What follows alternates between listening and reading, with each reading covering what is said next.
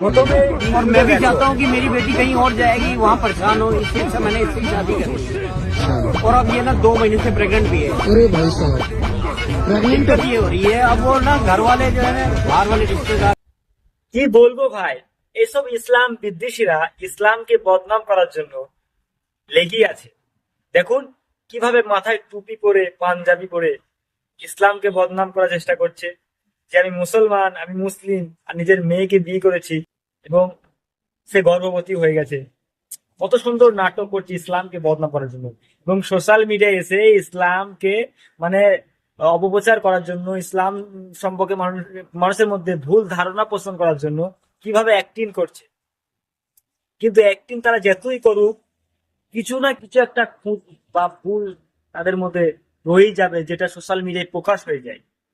সেরকমই আবার প্রকাশ হয়ে যাচ্ছে তাদের এই মিথ্যা চক্রান্ত।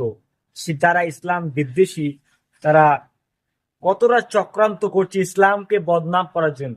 দেখুন তার হাতে একটি ধাগা বাঁধা আছে, সে কোন ধর্মের বা কোন জাতির বোঝাই যাচ্ছে।